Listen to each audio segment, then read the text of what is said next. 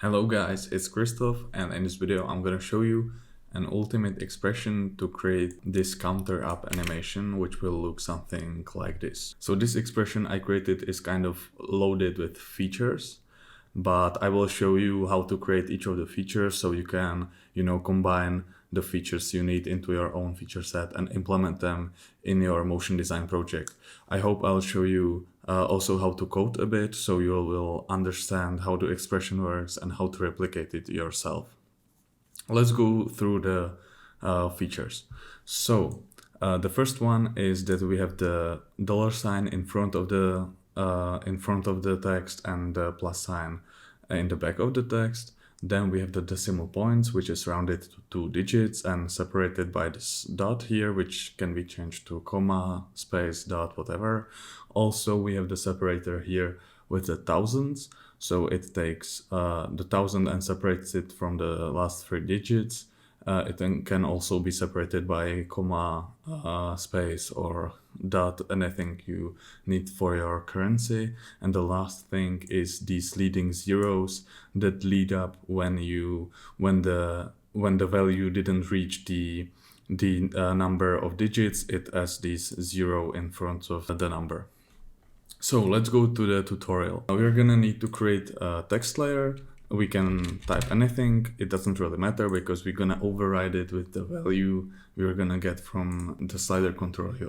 So let's align this to the center, and we need to add, as I mentioned, the slider control effect to the text layer. The slider control effect is gonna essentially work as, the animation point, because you can't really animate the text here. You would animate 1, 2, 3, which would take forever. So you're gonna animate the slider control, right?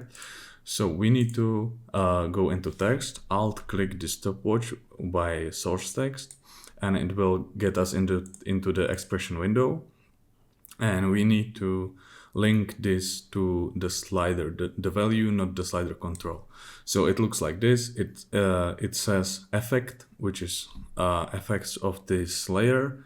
Slider control is the name of the slider of the effect, and slider is the value.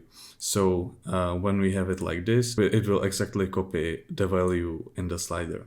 So you can see we control the animation right here.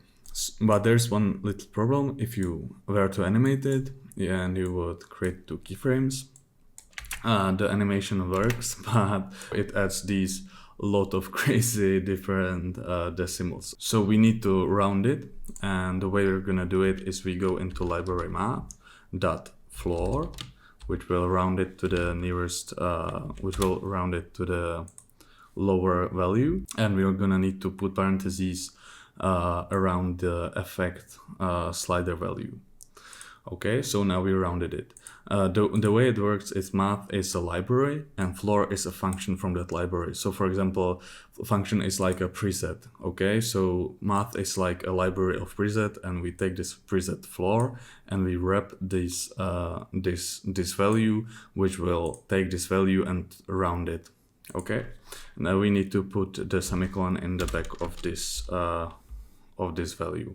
Also, we might want to store this value into an integer. So the way we do it, sorry, not integer, into the variable. The way we do it is we're gonna take like rounded value. It's the name of our variable, equals Math.floor effects. So perfect. Now let's add the dollars and plus signs.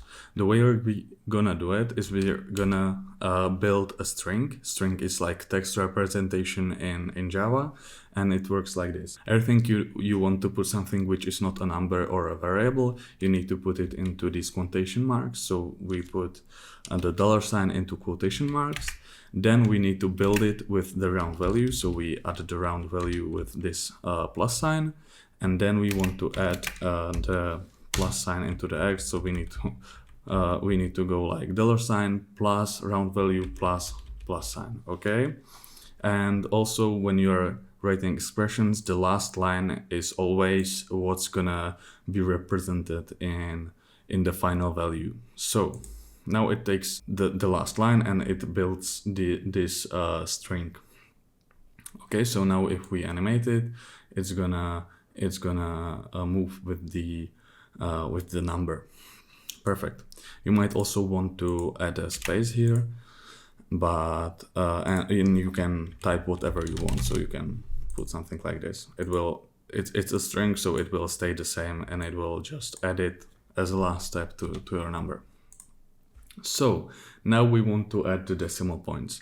The way we will add decimal points is that we're gonna split the number like it is. So instead of being at 675, it's gonna be 6.75. And we're gonna need to, work with that. So the way we are gonna do it is we need to split this value into two parts: the integer part, which is gonna be 8, and the decimal part, which is gonna be the last two numbers or three numbers or one number. I'll show you how whatever you want. You can do it. So the first thing is we need to create new two variables. It's gonna be integerPart is the first one, and then we're gonna do the other one. So integerPart. So the way we're gonna do it is we're gonna take the round value, and we are gonna divide it by 100. So, sorry, and we need to change this to the integer part. So you might actually be happy with this outcome, but it doesn't work 100% what we want, because as you can see, if we have 8.6, it goes into 8.6, and we might want to force it to hold the 60 to hold the 2 digits value. So the way we're gonna do it is we need to round this value again. So Math.floor parentheses this value, and now we have only 8. But now we're gonna create the decimal part, which is gonna be another variable. So decimalPart, which is gonna be rounded. Round value %100. Okay, and we're gonna put it here, decimalPart. Okay, so now it works, but it just adds it behind the integer part. We need to add another string value, which is gonna be the dot or comma, whatever you want. I think dot is used more frequently, so let's add the dot. And now we have the separated value.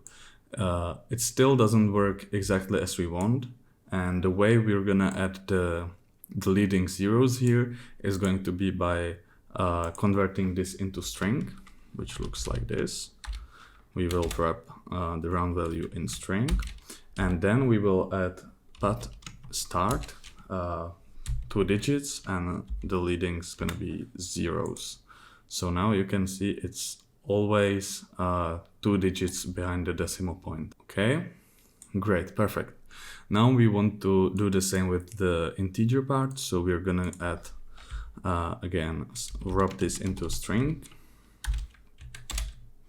which converts, because this value is by default it's integer or decimal, and we want to convert it into string so we can make further string operations onto this value. So now it's a string, it's no longer a number. You can do like decimal part plus integer part, because it won't, it will operate with strings and not like numbers.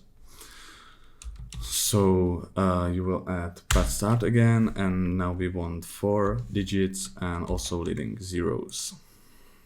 You could actually make this like this. So you can put whatever you want into this, but we want zeros. Okay. And we are almost done. The last part is the thousands separator, which is gonna be created like this. We are gonna need to create another variable, which is gonna be separatedValue. Okay, and the way we're gonna do it is by Regex expression, which is something that I think it doesn't really make sense to go into it, because Regex is really difficult, and it's kind of a programmer's joke that nobody really understands nobody really understands regex, so I'm just gonna paste the expression. It looks like this, and this is what we replace it with. So we are gonna add semicolon, and instead of integer value, we're gonna go add the separator value. Okay, so now it's separated, and you can change it. If you change this value, you can change it to dot. Maybe you want a comma here. I don't know. But now it's separated to thousands. So, and if you want to, you know, move the decimal point to be maybe just 10 or thousands, you can change it right here.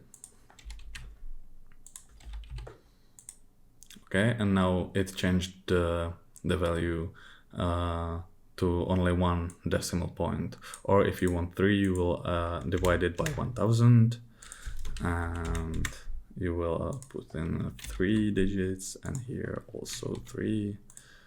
It will look like this. Okay, I think it's kind of clear. We are gonna stay at 2 digits, so divided by 100. So now our expression is finished. The way you are going to animate it is I already explained, but for clarity, with this. So sorry, I think I forgot something. Oops. Yes, I want this to be 4. By animating this, so you're gonna add another keyframe. Since it's divided into the decimals, it's gonna be a really large number, so I'm just gonna type in something. Okay, so now we have our animation. It looks great. Now you can like adjust this. You can change the font. You can change the color or whatever you want to do with this text, because the expression works. So you can, you know, scale it up, scale it down. You can move it. It doesn't really matter. It doesn't really affect the counter expression. So that's it for this tutorial. I hope you learned something. I hope you now understand expressions a little bit more. And if you enjoyed this video, please consider like. If there's something that wasn't clear or that doesn't work for you, just ask in the comment. I will try to help you out. And consider subscribing to this channel. It really means a lot to me, and see you soon with the next video.